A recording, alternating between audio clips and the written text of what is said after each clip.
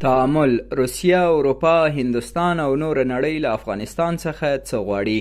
د باختر اطلاعاتي اژانس مبصر تر همدې نوانلاندي په کړې تبصره کې ویلي کابل کې روسي سفیر د خپل هیواد له ټاس خبري اژانس سره د افغانستان او روسیې ترمنځ د ګرمو اړیکو خبرې کړي او ویلي دي چې له اسلامي امارت سره یې اړیکې ښې، سوداګري زیاته شوې او په ګڼو برخو کې یو د بل همکاري کوي. په تبصره کې همدارنګه ویل شوي چې د روسیې ترڅنګ تېره اونۍ د هندوستان د بهرنیو چارو وزیر جی شنکر هم له اسلامي امارت سره د اړیکو د پراختیا او لا ښه کېدو غوښتنه کړې وه او دغه راز بلومبورګ خپرونې بیا خبر ورکړی و چې ګواکې اروپایي هیوادونه چې په ځانګړې توګه د ایټالیا نوم یې اخیستی و غواړي له اسلامي امارت سره ډیپلوماتیکې اړیکې پیل کړي او کابل کې د خپلو سفارتونو پر بیا پرانسته غور کوي.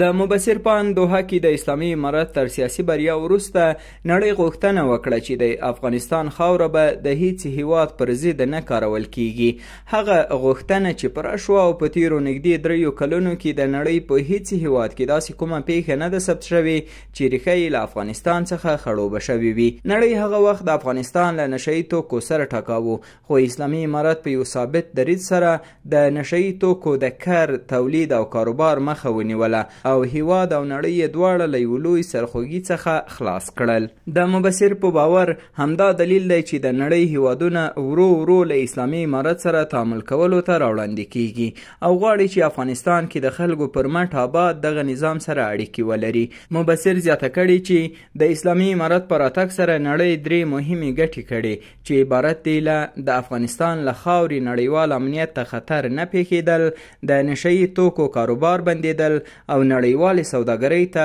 لار رامنځته کېدل دي. د تبصرې په وروستۍ برخه کې راغلي نو دا چې د نړۍ ټول هیوادونه خپلې ګټې پالي او د اسلامي امارت په راتګ سره یې خپلې ملي ګټې لا خوندي شوې نو هرومرو به غواړي چې کابل سره د دواړو لوریو د ګټو په پام کې نیولو سره ښې او مثبتې اړیکې ولري او دا تعامل ټولې نړۍ ته پکار دی چې باید له اسلامي امارت سره یې ولري.